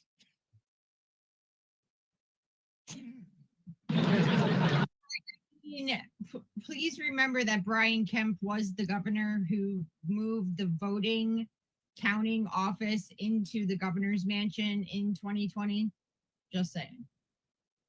Oh, yeah, that man, I'm telling you, he knows all about the election fraud that's happened here, refused to do anything about it, refused to try to hold Fani accountable when she was going after Trump with all that crap. And, we still have... Wasn't he sleeping with Fani? Oh, no. I don't know. Probably a rumor, but I don't. All right, well, let's start it. I want to know. I want to know how it is. I'll get the memes going. I want to know how it is that you got video of people going out to this warehouse where they've got election materials from the 2020 election, and shredder truck showing up at the warehouse to shred these materials, and they said, well, no, that's old stuff. And the warehouse had never been used for election materials before. Well, and you've got those two ladies. Who were those two? I can the never black remember. ladies, the ones that screwed Rudy Giuliani. Yes, and the ones that said that it's all on the USB. Just wait till you find out. I mean, so they pretty much admitted all this stuff. They got them on film. Yes, I know. The whole country saw them people feeding the shit back through the machine. Was her name Ruby or something? Ruby? They Ruby Freeman. Chris, perception is in the eye of the beholder. Did you really see them do that? Yes, I did. And so did millions of other people. And Rudy they took everything he had except the condo. No, I think they took the condo. Like Rudy Giuliani is like on the ball. Is he like homeless now? Right, like literally, like completely destroyed. So going from the 9/11 mayor of America, we all love Rudy, to give over your entire life to these, including all your sports memorabilia and all that other shit. Cool. I mean, it's ridiculous. I mean, OJ didn't get screwed that bad.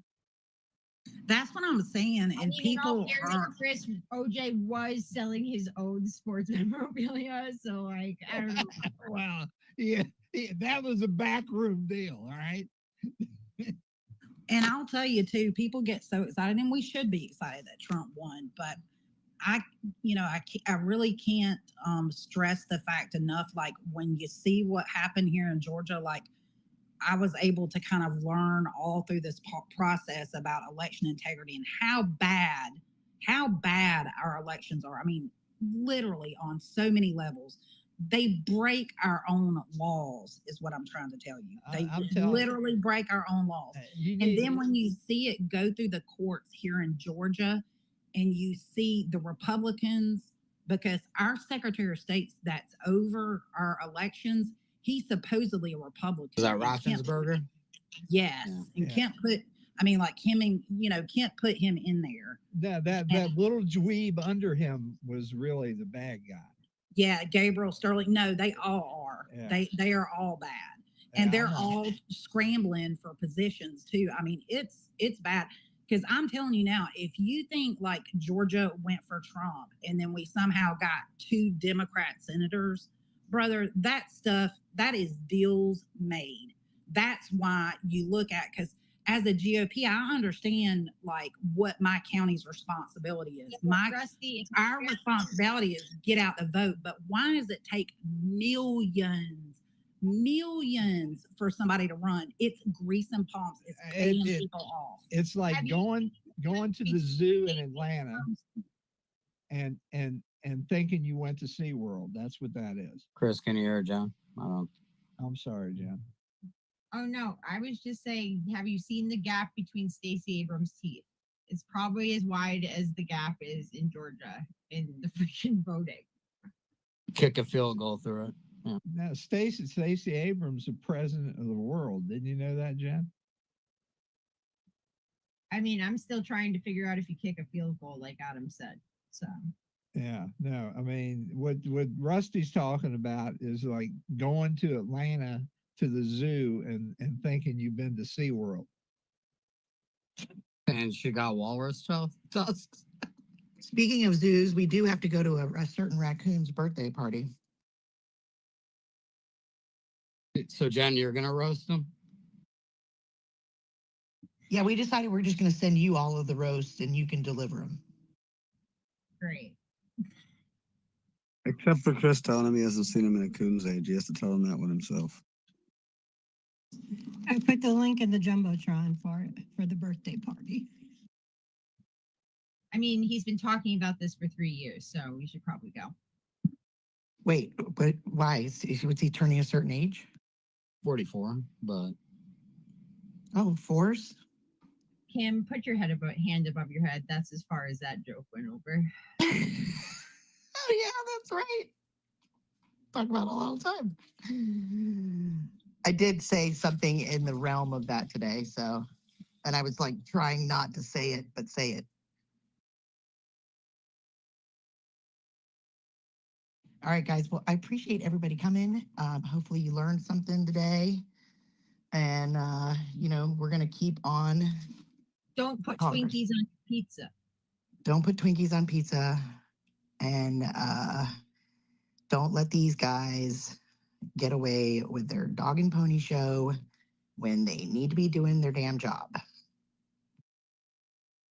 You can't just end on Twinkies on pizza. Where the hell did this come from? Because pineapples on pizza are succulent. Okay, just Wow. like Kim has been saying, we need to reclaim the rainbow. Can we please reclaim pizza? Because, like, honestly, I'm not letting those deviant, sadistic fucks take the most amazing gift from God, a la pizza, away from the world. So, Pizza and rainbows. We're taking back pizza and rainbows. And Mr. Philby, thank you so much for your contribution with your FAFO Act. I really hope that we can get your legislation passed. I pinned it to my profile. So I honestly just want to hear the congressman go on the floor and be like, according to the FAFO Act. I think that would be hilarious. Can't believe somebody hasn't done it before now. It's legendary. I mean, maybe Elon Musk is onto something, right? Like how his cars spell out sexy. Maybe we just need to put like appetizing acronyms as our bill names, and maybe they'll pass them.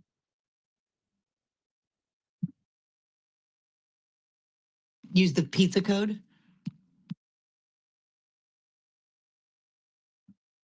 You had to fucking ruin it, Kim. I couldn't help myself. Could we make a Chris Christie act where everyone like should lose a little bit of weight or something? We need to gamify healthy. I mean, I'm sure there's cannibal tribes out there that are starving. Maybe we should just send Chris Christie.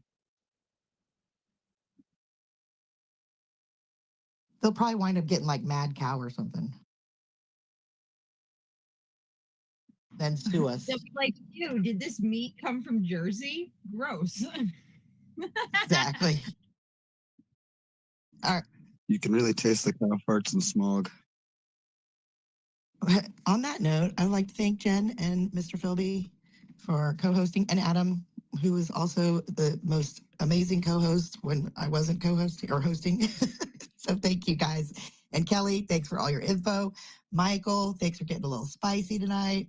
Pepe, always a joy. He had Marquis up here. And Lena, I see you down there. Thank you for helping us out. Rusty, always good to see you. I see Kayla, Carla, Craig, and we got a little TD Dubs down there. And Mary. Hi, Scooter. All right, everybody have a great night and head on over to the raccoon party because it's